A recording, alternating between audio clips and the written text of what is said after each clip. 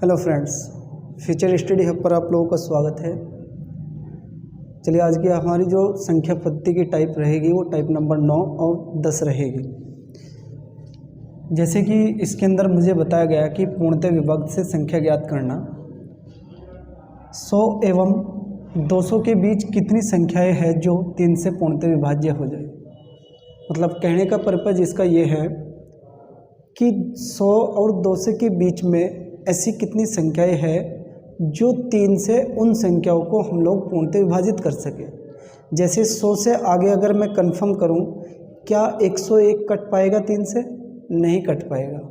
अगर मैं 102 को कंफर्म करके देखूं इस साइड में 3 से, 3 तिया 9 और ये 1 बचा और 3 चौक 12।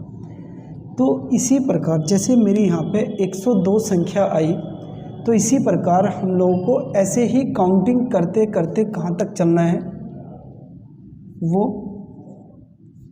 100 से 200 तक मुझे ऐसे ही कंफर्म करना है। जैसे 102 हुआ, फिर 105 होगा, 108, तो ऐसे काउंटिंग करते हुए हम लोग चलते जाएंगे कि जो हमारी 3 से विभाजित हो जाए। लेकिन दोस्तों, हमारे पास में इतना टाइम नहीं रहता है कि हम लोग ऐसे काउंटिंग करते हुए चलें। तो एक बेस्ट मेथड जो मैं आप लोगों को बताऊंगा, उसको करने के लिए आपके पास में एक भाग का नियम होना चाहिए। आप लोगों को भाग करनी आनी चाहिए। जैसे कि मैं यहाँ पे करता हूँ, एक तरफ तो कर लेता हूँ 100 को किससे विभाजित करने के लिए कहा गया, 3 से। एक तरफ तो 3 से विभाज्य कर लेंगे आप लोग, और दूसरी तरफ कर लेंगे 200 को 3 से।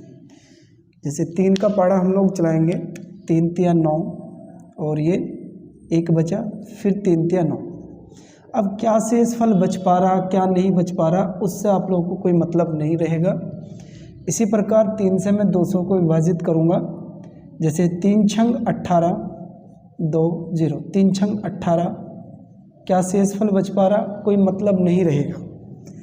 अब जो भी आप लोगों का यहाँ पे भागफल प्राप्त होगा, आप लोग उन संख्याओं का हमेशा अंतर करके रख देंगे। जैसे 33 है और 66, 66 में से 33 जाके कितना बचेगा, शायद 33 ही बच पाएगा। तो मतलब जो 100 और 200 के बीच में हमारी 33 संख्याएं ऐसी आएंगी जो 3 से पूर्णतः विभाजित हो जाएगी। आप लोग कंफर्म करके देख लेना काउंटिंग करके, तो 100% मेरा जो होगा ए ऑप्शन हो जाएगा। 33 संख्याएं ऐसी है जो 3 से विभाज्य होगी। चलो एक और क्वेश्चन देख लेते हैं। क्वेश्चन को इसी तरीके से, वो थोड़ा अलग तरीके से क्वेश्चन को पूछ सकता है। जैसे उसने कहा कुल कितनी 3 अंक के संख्याएं 6 से पूर्णतः विभाजित होगी। अब 3 अंक है जिसके अंदर 3 अंक आते हो। जैसे मैं 99 देखूं, लेकिन 99 में तो 2 अंक है, तो 99 से आगे जो आएगा वो 100 आएगा, मतलब 100। तो क्या 100 के अंदर 3 अंक आ जाएंगे, और जो लास्ट वाली जो संख्या होगी 3 अंक है, अगर मैं कंफर्म करके देखूं 1000, तो 1000 में 4 अंक आ पाएंगे। जैसे कि यहाँ पर मैं देख लेता हूँ 1000, 1 2 3 4 अंक आ पा रहे। तो ये नहीं मुझे लेना है, मुझे 3 अंक कहा गया। तो 3 अंक कौन सी होगी, 999 हो सकती है लास्ट संख्या। तो जिस तरीके से क्वेश्चन ऊपर हम लोगों ने करा, इसी प्रकार अब इसे भी नीचे भी कर लेंगे। सेम क्वेश्चन बन पा रहा मेरा। अब मैं इसको भाग कर लेता हूँ। जैसे 3 से इसको 6 से कहा ना, 6 से भाग करेंगे, तो 6 से यहाँ पे भी भाग करेंगे। 6 कम 6, 4 बचा 0, 6 छंग 36।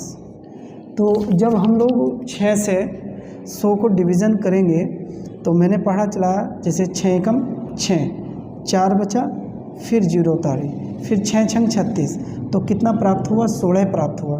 अब इसी प्रकार 999 को 6 से भाग करेंगे। जैसे 6 कम 6, 3 बच पा रहा, फिर 9 उतारा, 6 छंग 36, और 6 छंग 36 जब हम लोग करेंगे तो यहाँ से बच पाएगा 3, फिर मैं उतारूँगा कितना, 9, फिर से 6 छंग 36 चल पाएगा। तो शेषफल मुझे कुछ भी प्राप्त हो, मुझे कोई मतलब नहीं है। मुझे जो मतलब रहेगा वो हमेशा भागफल से मतलब रहेगा। तो हमारा भागफल जो आ पाया यहाँ पे, एक तो 166 आया और एक 16 है। मैंने कहा कि इनका अंतर करेंगे आप लोग। जैसे ही इनका डिफरेंस करोगे 166 में से 16 जाके बचेगा कितना, 150। तो 150 संख्याएँ ऐसी होंगी 3 अंकीय जो 100 और 99 के बीच में 6 से पूर्णतः विभक्त होगी। चलिए, एक हमारा टाइप नंबर 10 के अंदर क्या कहा गया, व्युत्क्रमों का योगफल ज्ञात करना। देखो, व्युत्क्रम का मतलब आप लोगों को पता होना चाहिए कि व्युत्क्रम का मतलब होता क्या है। व्युत्क्रम का मतलब होता है उल्टा, अपोजिट। क्या होता है, उल्टा होता है, मतलब अपोजिट। तो उसने कहा दो संख्याओं का योग कितना दिया गया है, 40, और उनका गुणनफल कितना बताया गया है, 375। बाद में उसने मुझे कहा उनके व्युत्क्रमों का योगफल ज्ञात कीजिए, अर्थात मेरे पास में वे दो संख्या आनी चाहिए जिससे कि उनका योगफल तो एक तो हो 40 और उनका गुणनफल 375 आना चाहिए। तो एक नोटेड मैं आप लोगों को लिखवा रहा हूँ। हमेशा किसी भी अगर क्वेश्चंस के अंदर इस तरीके से तुम लोगों को देखने को मिल जाए तो 100% ये काम कर लेना आप लोग। देखो क्या करोगे, जब भी कभी क्वेश्चन के अंदर गुणनफल देखने को मिल जाए आप लोगों को शब्द, तो लिखिए एक नोटेड। जब भी कभी गुणनफल क्वेश्चन के अंदर दिया गया हो तब हमेशा गुणनफल वाली संख्या के गुणनखंड करेंगे, मतलब फैक्टर करेंगे। कैसे, जैसे मैं कर रहा हूँ यहाँ पे, देखो 375 के फैक्टर करेंगे। 3 से काटेंगे, 3 एकम 3, 3 दूनी 6, 3 पंजे 15। 5 से काटेंगे, 5 दूनी 10, 5 पंजे 25, फिर 5 पंजे 25 और फिर 5 एकम 5।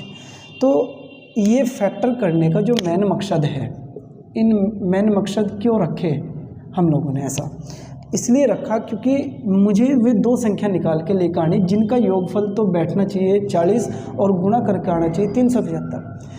तो मैं ऐसे इनकी आपस में मल्टीप्लाई करता हुआ चलूँगा। जैसे देखो 3 पंजे 15 आ पा रहा है यहाँ पे, और यहाँ पे 5 पंजे 25। तो अगर आप लोग इनको ऐड करोगे 15 और 25, क्या 40 बैठ जाएगा टोटल। तो ये बात मेरी कन्फर्म हुई इन दो संख्याओं से। एक तो संख्या मुझे प्राप्त हुई 15 और दूसरी प्राप्त हुई 25। अब उसने सवाल जो मुझे कहा कि गुणनफल 375 है, अगर इनकी गुणा करोगे आप लोग तो 375 ही बैठेगा। एक बात मैंने पूरी कर दी उसकी कि उनका योगफल 40 आया है। उसके बाद में उसने कहा कि व्युत्क्रमों का योगफल मुझे ज्ञात करना है। अब व्युत्क्रम का मतलब मैंने जैसे ऊपर ही बताया कि उल्टा होता है। देखो, सबके बटे में और सबकी ही गुणा में हमेशा एक रहता है और पावर में भी एक ही रहता है। जैसे यहाँ पे 15 के बटे में 1 है और 25 के बटे में भी 1 है। व्युत्क्रम का मतलब क्या है, उल्टा है।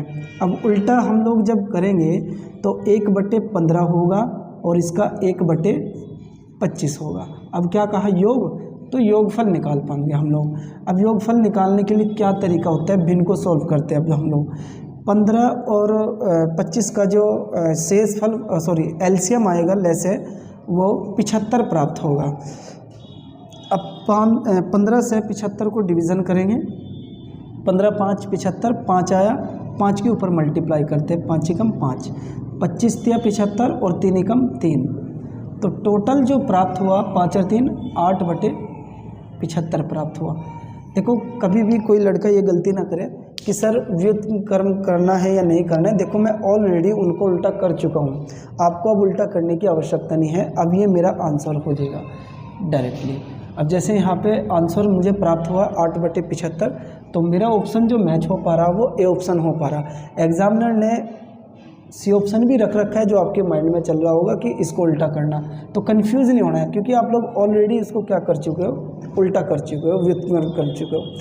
देखो, एक बात और मैं बता दूं, इतना टाइम हमारे पास में एग्ज़ाम के अंदर नहीं होता है क्योंकि 1 मिनट में कम से कम 2-3 क्वेश्चन सॉल्व करने होते हैं। इतना हमें कंपटीशन के अंदर पावरफुल बनना पड़ेगा।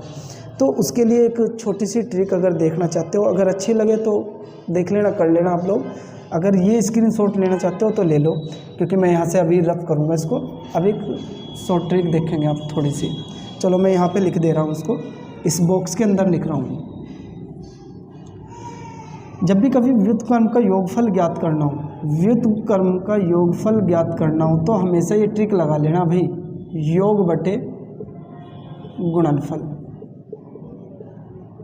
योग बटे गुणनफल। अब देखो कैसे लगाएंगे इसको।